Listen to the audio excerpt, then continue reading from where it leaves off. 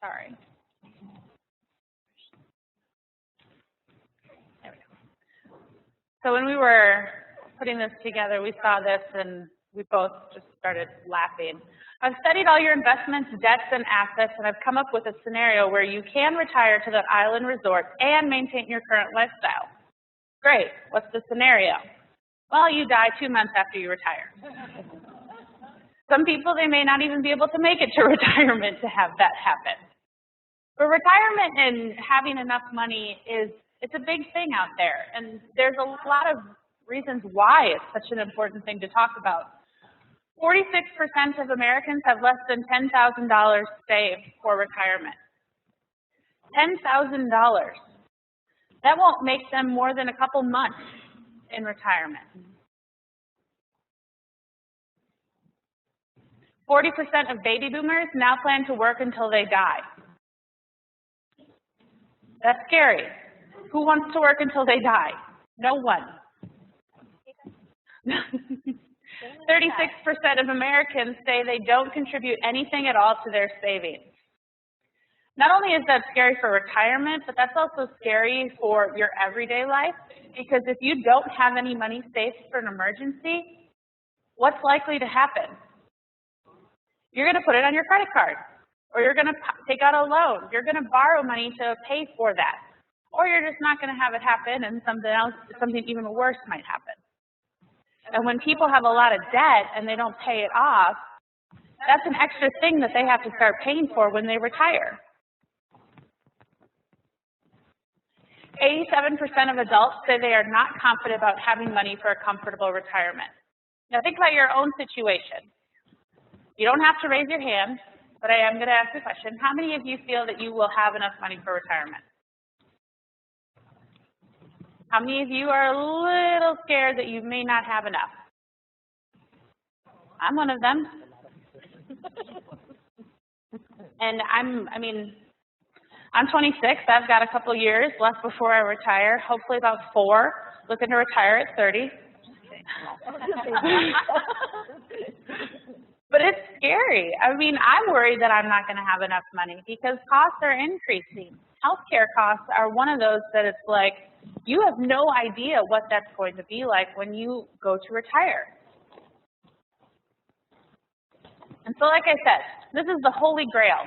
How much money will I need to retire? The reason why it's so complicated is that there's so many different things out there. Expert A says one thing, but expert B says another thing. Which one of those is correct? We always talk, and she always says 75%. I'm always like, well, I don't know if it's 75%. I think you can get away with about 60, maybe 85. It's a huge range as to what that number is. Here's a big one. How long will you live? You can't predict how long you're going to go. You can't just say, okay, well, when I turn 75 and 2/3 years old, I'm going to fall over. You don't know that. Should I even consider Social Security? I'm a big proponent, and I'll always say in any of my presentations that we will have some kind of Social Security. We just don't know what it's going to look like, but it'll be there. But still, should you even consider it in your retirement planning? Then you don't even have to, then you don't even have to worry about it, Social Security at all. But if you have somebody else that does not have ACC and does pay into Social Security, that is another thing. Yeah.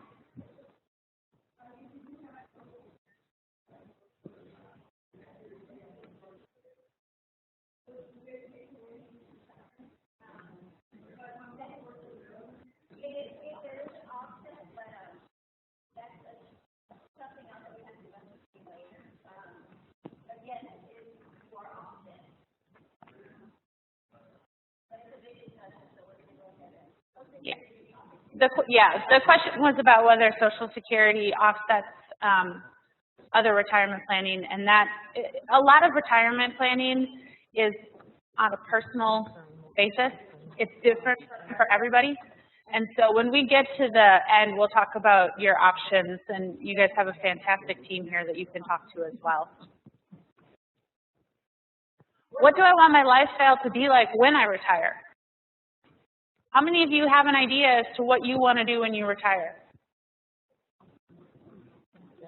Who wants to go to the beach and just lay out and do nothing? Who wants to travel the world? Who wants to just sit at home and watch as much trashy TV as possible? Everybody has an idea as to what they want their retirement to look like. And then what will my income be before I retire? Because that's a big thing. You may have a different income right before you retire than you have right now. And when your income increases, you become accustomed to that level of income.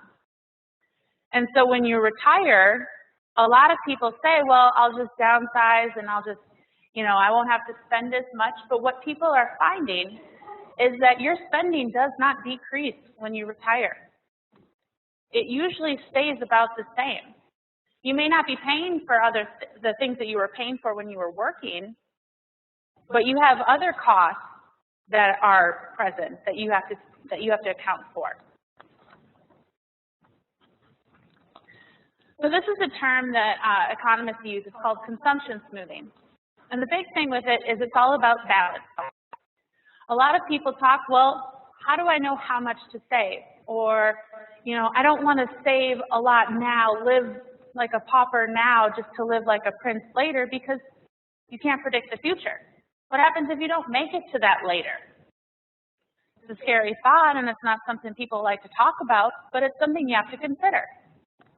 So consumption smoothing is all about, optimizing your lifestyle and your standard of living to balance spending and saving.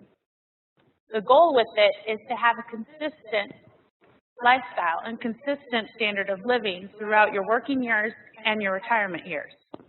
You save just enough that you're able to have money for the future, but you're spending just enough so that way you can enjoy your life now and live your life, rather than just, sit in your house and do nothing all day. Although if that's what you want to do, that's great. I'm not saying that there's anything wrong with that. So when it comes to retirement planning, there's three basic parts that we like to talk about. Your lifestyle and your goals. What do you want it to be when you get older? Sources of income. What money do you have coming in? And then what adjustments do you have to make? So what we're going to focus on today is we're going to talk about that first one. Your lifestyle and your goals. What do you want your ideal retirement to look like? So I already kind of asked you, but what does your ideal retirement look like? What do you want to do? What do you want, where do you want to live? What type of vehicles do you want to drive? What type of food do you plan to eat? Do you plan to entertain your family a lot? Do you plan to travel to go visit your family? Or maybe you're just going to say, forget the family, I'm going to Europe for a couple years. What do you want your ideal retirement to look like? So what we're going to do is we've given you this little packet here, and we're going to go through and you're going to answer some questions. What I would like you to do is think about what your ideal retirement would look like, yet be realistic. So yes, it'd be really nice to have a giant mansion and then have a second home down in Florida or wherever you want to go, maybe the Bahamas. But be realistic with these questions. Think about you and think about if you have a significant other. What is your ideal retirement going to look like? So we're going to go through this. I'm going to start with housing. So some things to consider. And as we're talking, feel free to go through and answer the question that best fits you. And then at the end, we'll go through how to score it. Let's start with housing. Okay, so some considerations. Will you continue to live in your current home? Or will you plan to move to a smaller home? Or maybe do you plan to move to a bigger home? Maybe you're going to sell your home altogether, move to an apartment, or buy an RV and travel the states. Will you stay in the same area? There's a lot of talk about how different states have better retirement situations. I have to say Florida, or Texas is a pretty good one because there's no state income tax, but Florida's another one. There's specific areas where retirees don't have to pay as much. Will you move to another state or a country, which is less expensive? Will you buy a second home? And then a big one, will you still have mortgage payments? If you have mortgage payments, how big are those mortgage payments going to be? Food and clothing. If you flip to the next page. A lot of people think that their clothing costs will go down when they retire because they don't have to buy work clothing as much. For some people, yes, that's true, but for a lot of retirees, their clothing costs don't really change all that much. They still have to buy clothes. I mean, you can't just walk around. I mean, you could, but we're not going to go there. All right. How frugal do you plan to be while grocery shopping? How often will you eat out? Are your clothing tastes expensive or inexpensive? And the thing here is to think about what are you right now? We're planning your ideal retirement. When you get there and things don't happen the way that you want them to, then yeah, you're going to have to make adjustments. But let's plan what you want it to be. How often do you plan to entertain at home? Let's talk about transportation. How many vehicles do you plan to have? You're also going to have to maintain those vehicles. Yeah. What kinds of vehicles? How expensive will they be to maintain? Sorry. Oops. There we go. Also, do you plan, how often do you plan to use them? Are you going to take long trips? Are you going to be driving on vacations? Or are you going to just use them in your area? And then how often, as I said earlier, do you want to replace them? Some people want to replace the vehicle every 2 years. Some people want 10 years. Some people until they just can't go anymore. And you also have more maintenance costs at that time. Next, health and fitness. And this is a really important one because with the cost of health care, it could impact your retirement, and we'll talk about that. How's your current health? How do you rate your level of fitness? Are you active? Are you watching your diet as well? Do you exercise regularly? And do you smoke? And that could impact how your health is. And do you foresee any problems with your family? Is there diabetes in your family or heart disease that might impact your retirement if it affects you as well? Leisure and travel. I think when everyone thinks of retiring, you think I'm going to travel around the country, I'm going to travel around the world. And you need to decide how often you want to travel. If your children, you have children and they move to a different state, or your parents, will you be traveling frequently? Where do you want to travel? Do you want to stay domestic or do you want to go internationally? And that would definitely impact your costs. What events do you plan to attend? Do you like to go to concerts or sporting events? We all know that those UT tickets can get quite expensive, and that's here locally as well. And then what hobbies do you want to pursue? Are they, do you want to bike where you have to buy an expensive bike, or do you like to ski that you're going to put a lot of expense into that activity? And then what other activities do you plan to participate in and what cost? So when you're filling out that form, just keep that in mind. And what's great about this is it's kind of like your habits and things that you like now probably aren't going to change significantly in the future. So if you like attending games and going to concerts, my husband and I are big Ohio State fans. We love to go to Columbus and see the game. Are we going to be able to afford that? Are we going to still want to do that? Most likely, yes. So what you're actually looking at is the habits that you have today will probably be some of the things that you like to do, at least enjoy, when you're retired. You don't want to have to stop everything that you enjoy. Communications consideration. What type of cell phones do you want to have? Do you want to have a maximum plan?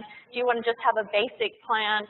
Do you want to have internet still and cable? What kind of television do you want? Do you want to upgrade to all the movie channels when you're retired because you frankly have time to do that? Do you want to maintain and update technology like your computers and laptops? We all know that those are quite changes. Do you want to have your iPad? What do you want to spend your money on as far as communications? And the big thing with communications, too, is that, like healthcare, these costs are probably going to continue to go up. I went to South by Southwest EDU this past year, and one of the presenters said something that the technology that we think is amazing right now is going to be the worst technology kids today see. Just think of what you saw when you were a kid and how awesome that was. And now you look at it and it's like, kind of not good. So cost and technology is going to be changing very, very rapidly. And so this is a big one to consider because it's going to go up and it's going to change very frequently. Okay, gifts and donations to consider. What size of family do you have? Will you be buying Christmas gifts for everyone? Some people want to pay for trips. I actually talked to one of our A+ financial representatives, and he said he was talking to someone, and he said, look, I just want to make sure that I can still take my family on a trip once a year, his extended family. So if you have goals and dreams like that, that's definitely a consideration. Do you, again, the holidays, the gifts, how many do you want to spend? Do you want to be generous in your giving? And also, do you intend to give regularly to church or any other community service or charity organizations? Do you want to give to your college? Do you want to give to the Red Cross? Anything that you want to do, things that you do now that you want to continue, or things that you would like to be able to do when you're retired? And additionally, with gifts and donations, something to think about too is for giving, it doesn't always have to be about money. You know, when you're retired, again, hopefully you have a little bit more time. You may not have a lot of time, but you have more time to give of yourself and to give back in different ways rather than just donating. So if you're thinking about, yeah, I want to give a lot to charity, but you may not have those finances or have it in your budget, another way to consider it is to give back by donating your time. Okay. So now you have all the questions answered. What we'd like you to do is go through, and you may have already done this, some people do it right away, but calculate how many A's, B's, and C's you have for each of those areas that we just talked about. And then there's little tables down at the bottom where you can write those numbers. You write them on your individual sheets, and then we're going to put those on the lifestyle worksheet. And what you'll want to do is you'll want to circle the letter that has the highest score. If you have a tie, circle both of them, and we'll talk about how to break a tie in a little bit.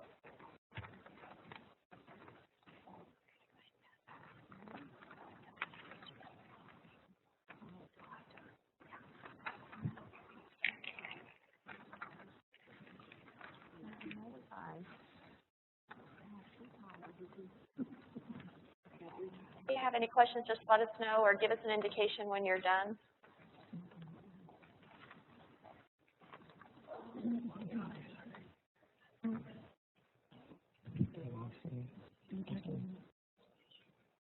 Oh, sorry, I got a question on here about ABC. It's just okay. Someone asked a question about what are the values of ABC. We shouldn't go to that yet. Okay. Thank you. Sorry, there's a lot of people online. I forgot where. Oh, there they are. Thank you.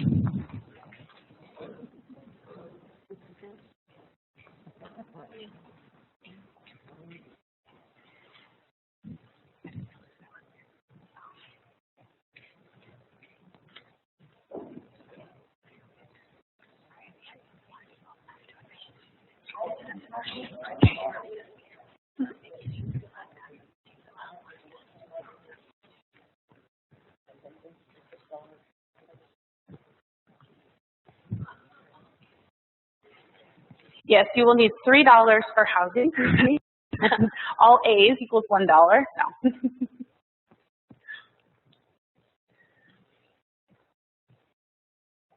Everybody doing okay?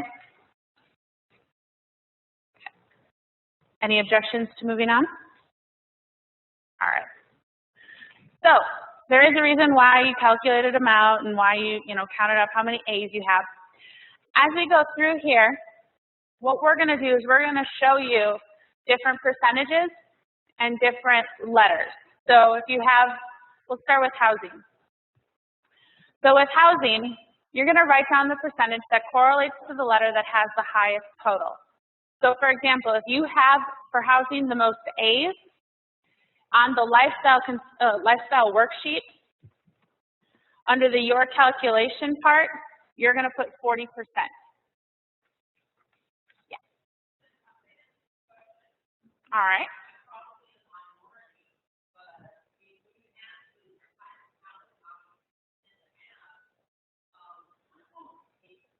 Okay.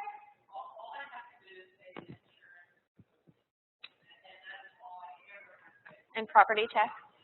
Yep. Mhm.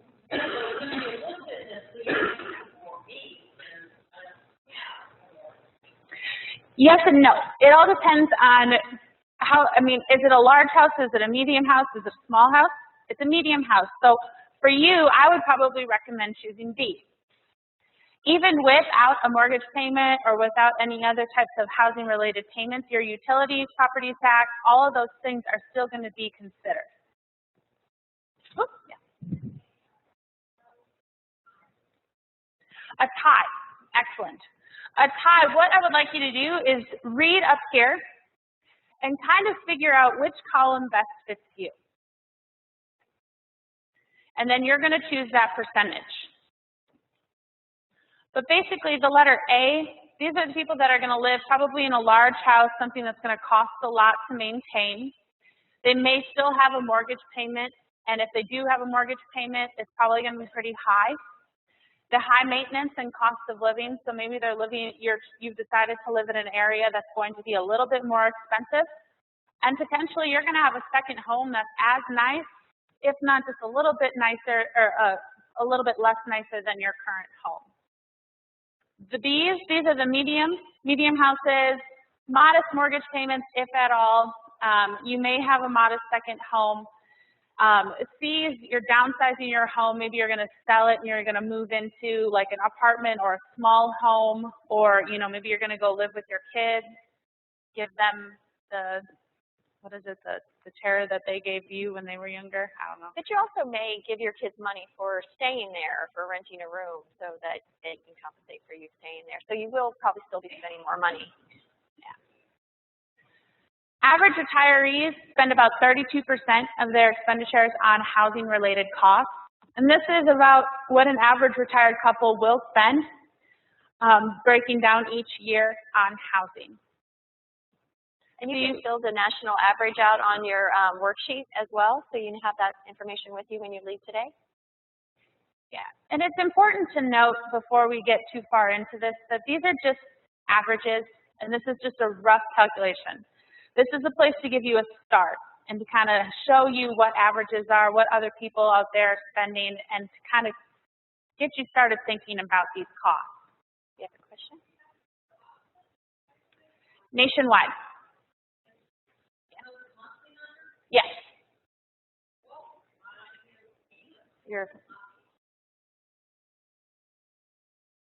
I'm sorry, yes, annual.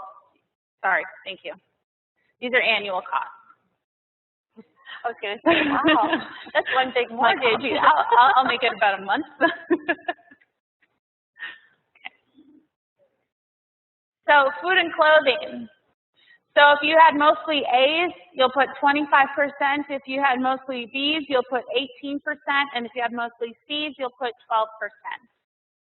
The A's, these people are planning to eat out frequently. They have expensive food tastes. They're going to buy new clothes pretty regularly, and those clothes are going to be pretty nice. B's, these are the people that you're going to occasionally eat out when you can. You're going to have average food taste. You might buy a couple things organic, but the rest of them will probably be brand name or generic. You're going to buy new clothes occasionally, and those clothes are probably going to be middle of the line. And then C, you're never, ever, ever going to eat out. You have frugal food taste. These will be people that are cutting coupons. Nothing wrong with that. They only replace clothes when needed, and when they do, they have frugal taste in clothing. Average retirees spend about 18% of their total expenditure on food and clothing, and you can kind of see what the yearly costs are on food and clothing as well. Okay, transportation is the next one. A would be if you maintain 2 cars, they're expensive to run, high usage, and if you're going to replace them frequently. Choose the one that best fits you. B would be if you have 2 small vehicles and that you have moderate usage, you're not going to be traveling too far. Obviously, you don't have to drive to work, but you could, you would mostly just stay around your home area. C would be you go to 1 small to medium car, you replace only when it's needed, and it's minimal usage, and you also may use public transportation as well as bicycle. You have more time. The average or national average for retirees is 17%, and you approximately spend vehicle purchase $3,200 annually, $2,400 for gas and oil, $3,000 for insurance and servicing. Health and fitness, poor health, pre-existing conditions, genetics, smoking, and these are for people who are retiring before 67. So you're going to probably get less depending on what kind of retirement you're on. If you're on Social Security, the longer you wait, the better. I'm not sure how your plan works, but those are for those people. 15% of your expenditures. For B, that would be you have minor health issues, but you're moderately fit, minor genetics, and slightly overweight, and you plan on retiring after 67. And then C, you're in excellent health, you're extremely fit, you're a non-smoker, you're going to retire at 70, and you might be retired military and get other benefits elsewhere. And the average retiree spend 10% on this. $6,000 for insurance, medical services, there's $2,000, and drugs is $1,600. And as Kelsey mentioned earlier, this is an area that could make a huge increase on your expenditures for retirement.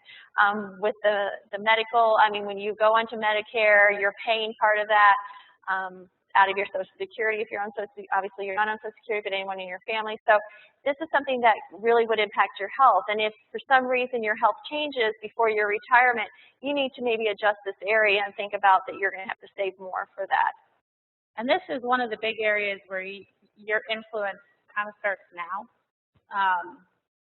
How you act right now and how you eat, exercise, you know, everything else that goes on health-wise.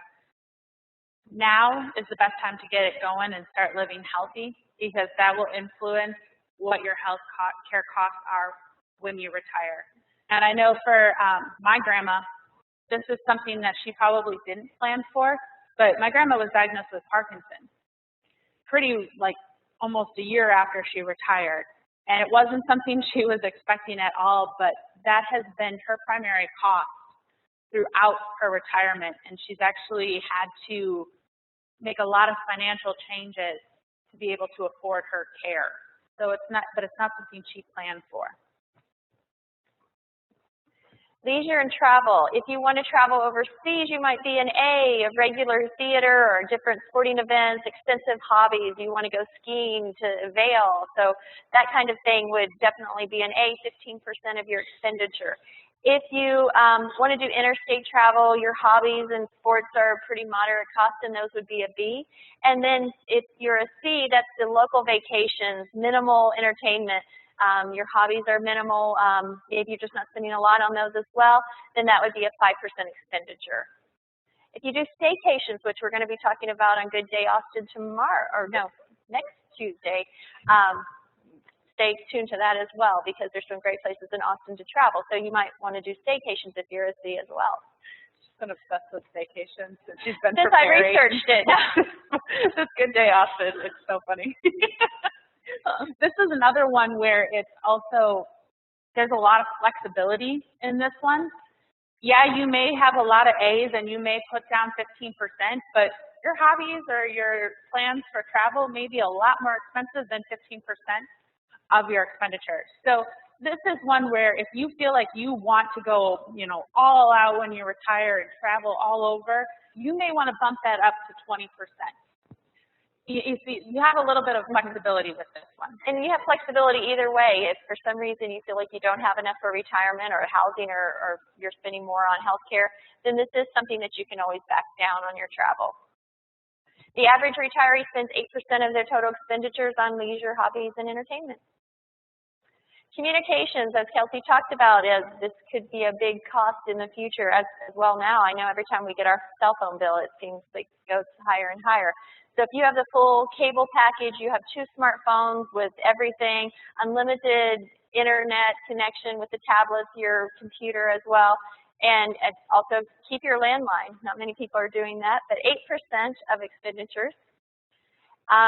B would be basic cable, just minimal extras. You have the mid-range cell phones and tablet, basic internet. And then C, just basic or no cable package, basic cell phones, no internet, no landline. Although those basic cell phones will probably go away pretty quickly, but they'll they'll probably have like the iPhone 3 will become the basic cell phone. So, I mean, it could still be there. Communication average cost for retirees is 5% of total expenditures. Gifts and donations, as we talked about, if you have a large family or you have substantial gifts that you want to give to them, as well as vacations or your charities, your church contributions are higher, then that would be 15%. If you are average in size family and maybe minimal gifts, I know my husband and I would probably have a different opinion on what kinds of gifts we are going to give our kids and grandkids in the future. So make sure you're in alignment with your spouse. And then your contributions to your church are average, then that would be a 5% expenditure. And then if you have a small family, modest gifts to your family, and then modest contributions, that would be a smaller percentage of 2%. So it depends on what you give. And just if you don't give in gifts and things, but you do want to donate to the church or to organizations, then keep that in mind. The average retiree is 5%. And I know when we were going through this exercise before, someone was like, well, I have to give, to my church 10%, but then, another person was like, well, I won't be able to give the full 10%, but I will, make that up with my time and in-kind services. So.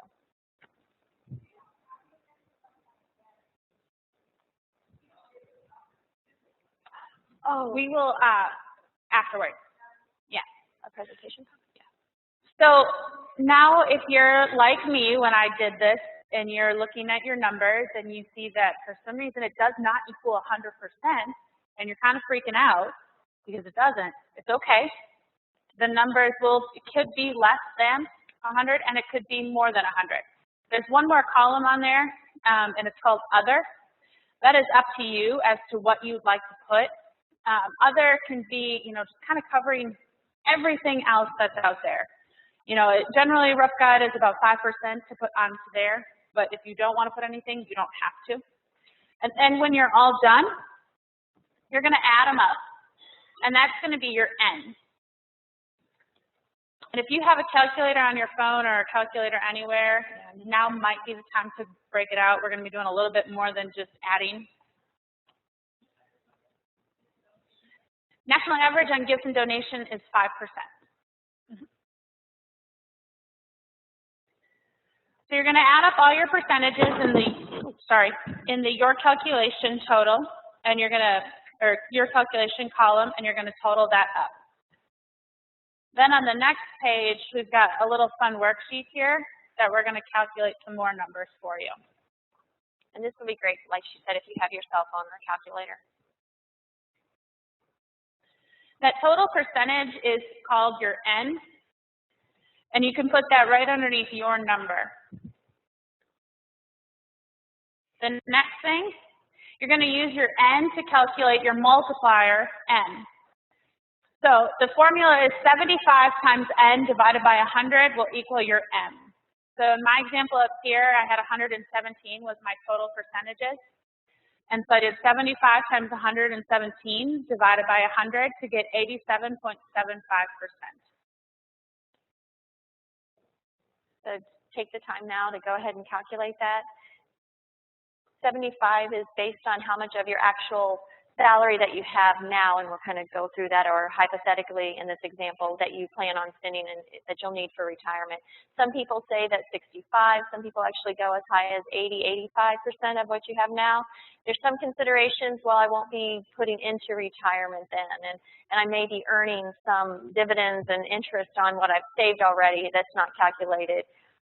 So just keep that in mind, that it's not a finalized science of what you're going to be doing. It's kind of just to give you a gauge. I know as someone who's looking at retirement closer than Kelsey is, and that's all I'm going to say, is that, I've never really been given a number of how much I'm going to need. It's always save, save, save, and you have no idea of what you need. So this was a great eye-opener for me and my husband. So once you have your multiplier, the next thing we're going to calculate is your annual spending. So please note, your final income should be a guesstimate based on your career and average final salaries for that career. For some people, it's kind of up in the air because maybe you're here right now, but you have other plans for when you get older and when you get closer to retirement. I used in here as an example just a base of $60,000, but if you have a better idea, use that number. And you can always, once you go back, you can do a little bit more research and fine-tune this number with whatever you find. And I actually calculated mine with my husband and my income and projected income, so it depends on how you want to do it. And then very important, you want to put your multiplier into a decimal form.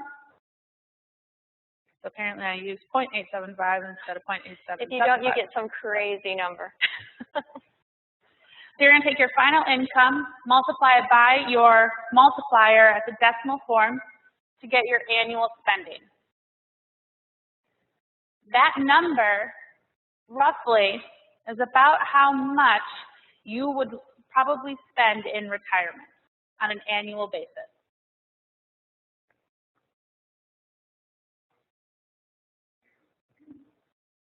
And so that number is the one that's really, really important. Yeah, it's nice to know how much you're going to need in total, but how much are you going to actually spend on a yearly basis? And then finally, you can take that and kind of get a rough estimate as to how much you're going to need overall. This is where there's a lot of up in the air. How long are you going to live after you retire? You don't know that. So for this, I chose 20 years. But if you feel like you're going to live 30, 40 years after you retire, that's great. Choose that number. Or if you think you're going to live less, I always like to overestimate when it comes to retirement because I would rather have too much money and then give it away to my family, or if they make me mad, give it away to somebody else. I have a teacher from college who would tell some pretty funny stories about estate planning. One of his clients actually, instead of willing the money to his kids, they had a parrot. And if you know about parrots, they live to be like 70, 75 years old. And before the kids could get any of his money, they had to take care of that parrot. And if that parrot died early or died of suspicious circumstances, an autopsy would be done to see what had happened. So a lot of fun with estate planning. But if you multiply your annual spending by an approximate retirement span, you could potentially get your amount needed for retirement. It's not an exact science, but it's a place to start. And some important caveats with this. This is not an exact number, it's a guesstimate. You should revisit this often as your goals, your lifestyles, everything changes frequently. Costs will always go up.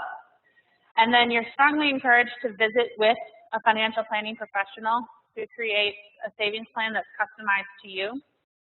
And it's also important to note that these numbers don't take into consideration inflation or interest rates on savings and investments. And remember, when you see that number at the end of how much you're going to need a year, you can basically take off your Social Security or your retirement plan that you have per month or per year. So that doesn't take that out. So you can back that out. What I like about this is that basically is your habits, what you do now. And so when you're reading an article and it says, oh, the average American does this, you know, that doesn't really kind of do what you do in your life. It's not taking into consideration your hobbies, the type of cars you have, how much you want to travel, all that information that we've walked through today, and you all basically fill that out on what you like to do. So I like that it's individualized, and it gives you a good idea of what you may spend in the future. So now what? Some important things to do: start gathering your financial records, figure out how much you have saved for retirement right now. Granted, that will change on a daily basis depending on the stock market, but still, it's good to have an idea. Review that worksheet on not a daily basis, on a pretty regular basis. And also, if applicable, talk to your spouse about it. Have them go through it. We can give you the numbers afterwards, so that way you have the national averages and everything.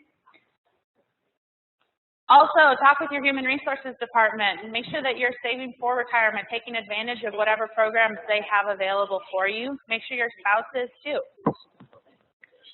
And then finally, meet with a financial planner or counselor to review your goals and to review the tools that you have available to you to save for retirement. So we'll leave you with this. It says, hey you, you'll never get there unless you stop looking at this poster and get back to work.